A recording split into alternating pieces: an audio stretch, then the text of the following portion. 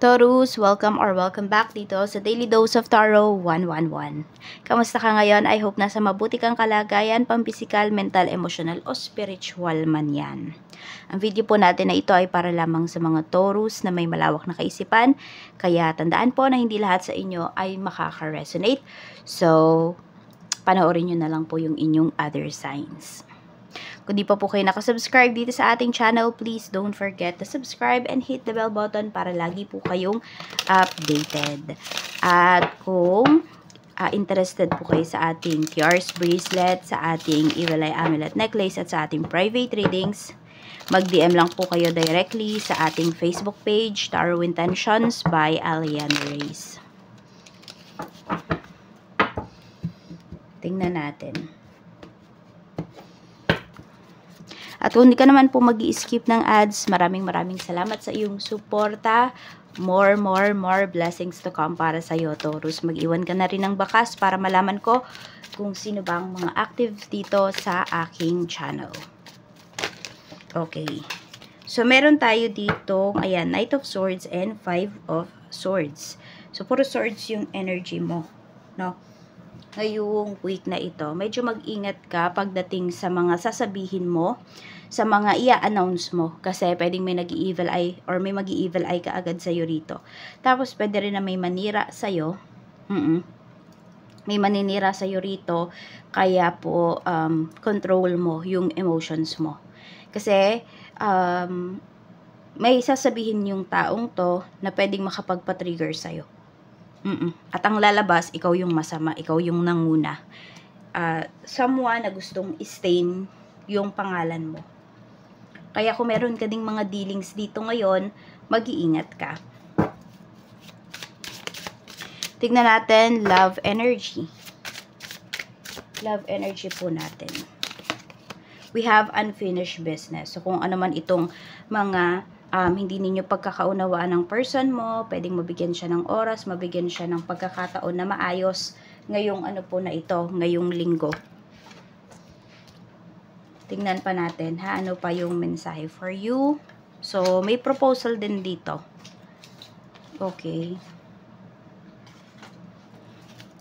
May hihingi ng sorry sa'yo. Tingnan po natin, ano pa yung mensahe. Sige, ito. We have break up. So, ayan o.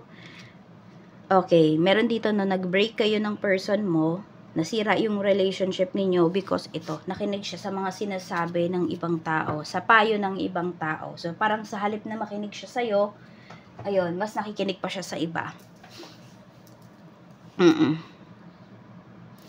Nasa sa inyo na lang if makikipagbalikan ba kayo rito. Mabilis naman po no, na matatauhan yung person mo once na naputol yung relationship ninyo. Kasi nawala yung cycle. So, matatauhan po siya. I don't know kung underspell yung person mo. Pero, pwedeng yung iba po sa inyo, ganun. Pero nung mawala ka sa life niya, alam mo yung parang ikaw yung naging cure dun sa nangyayari sa kanya. Kasi bigla siyang natauhan.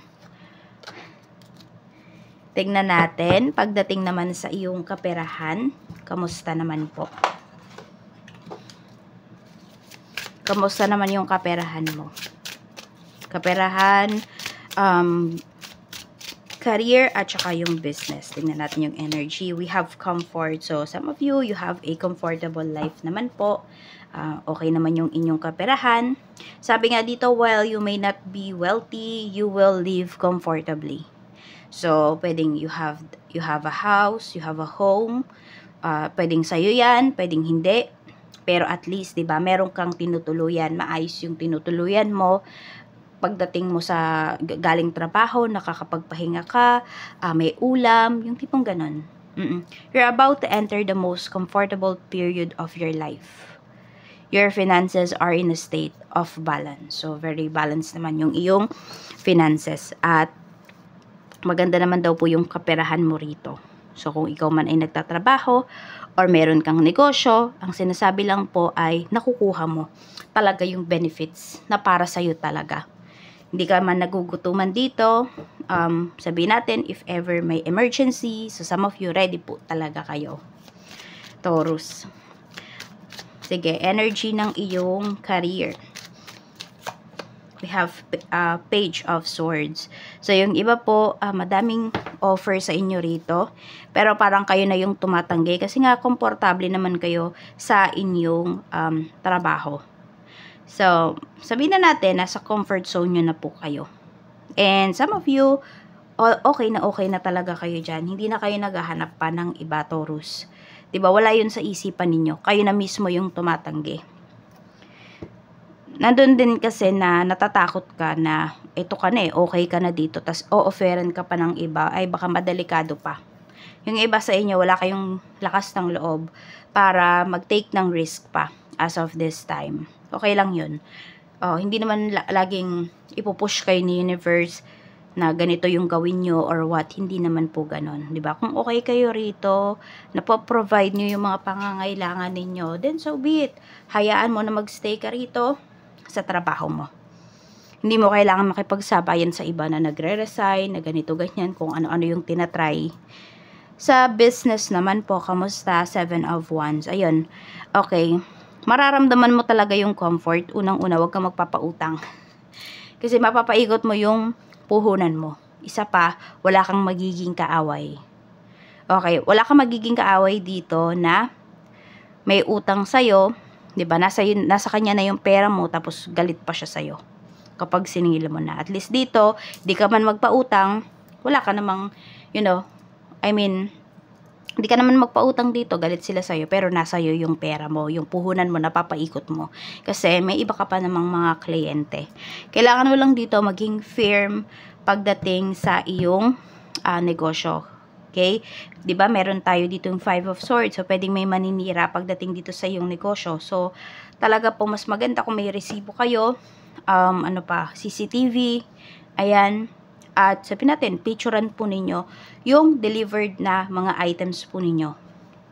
Nasa shop nyo pa lang, tipong ganyan, paano nyo siya binalot, tapos nung binigay ninyo dun sa nag-pick up, yung tipong ganon. So, kailangan maging po kayo dito, maging prepare po kayo.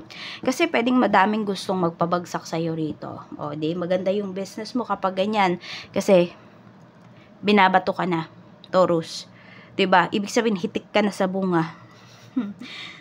Kaya po, ayan. Sa iyong health naman, kamusta? Sa health mo naman, we have 2 of Cups. Okay, ano tong 2 of Cups na to? We have 6 of Pentacles. So, kung meron kayong underlying na sakit, or sabihin natin, natuklasan nyo na yung sakit na yan, pwede pong sobrang alaga naman po kayo dito ng inyong asawa. Lumalabas talaga dito yung energy niya. Ayan o. Or sabihin natin, baka di mo pa asawa yung taong to, pero alam mo yun, through thick and thin, siya talaga yung kasama mo. Nakikita ko naman po dito na may makaka-recover po talaga basta inom lang kayo ng mga prescribed na gamot sa inyo. Ano pa ba? Okay, more on sa hair yung nakikita ko, sa ulo kasi. Okay po, sa ulo yung nakikita ko dito na pwedeng maging problem ng iba sa inyo. So, hindi ko alam kung may blood clot ba. Nagkabukol ba yung iba sa inyo? So, ingatan nyo po yung inyong ulo, di ba? Matigas yan, pero delikado kapag nabubunggo or no, baka may masuntok dito, tipong ganyan, kasi may away po na pinapakita. So, baka mapaaway yung iba sa inyo, mag-ingat kayo, ingatan nyo yung ulo ninyo, ingatan mo yung sarili mo, wag sanang umabot sa pisikalan. Check natin, ano pa yung mensahe para sa'yo. We have the Emperor. Okay, so may isang lalaki dito, no? 10 of Wands.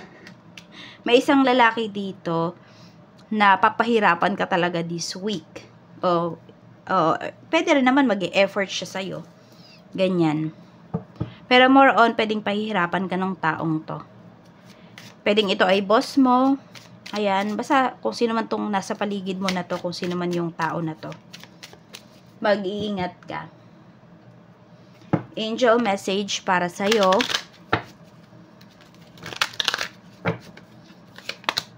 victory. Okay, so may panalo ka rito. Ano? Mula ito kay Archangel Sandalphon. Your prayers have been heard and answered. Have faith. So, nasagot na daw ang iyong mga prayers. Narinig na at nasagot na yan. So, have faith na lang kasi pwedeng may paghihintay ka pa na gagawin. Oo. Somehow, tinetest pa kung gaano ka ba katyaga. Kaya huwag kayong magmamadali sa mga bagay-bagay. Blessings na pwede mong ma-receive ngayong week na ito. Meron tayo ditong dog. We have guide. So, some of you, ang spirit animal ninyo is a dog. We have naked. I don't know kung madalas kayo makakakita ng mga aso ngayon. Pwedeng sa newsfeed ninyo. Some of you, pwedeng meron po kayong alaga na sobrang overprotective sa inyo. Ay, na overprotective sa inyo ngayong week.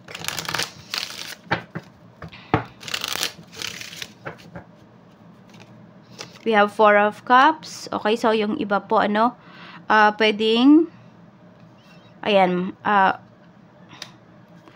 parang bored kayo sa bahay, ganyan. So, baka manood kayo ng mga funny animals na na mga videos, ganon. Or mga cute animals na video, more on sa mga dog.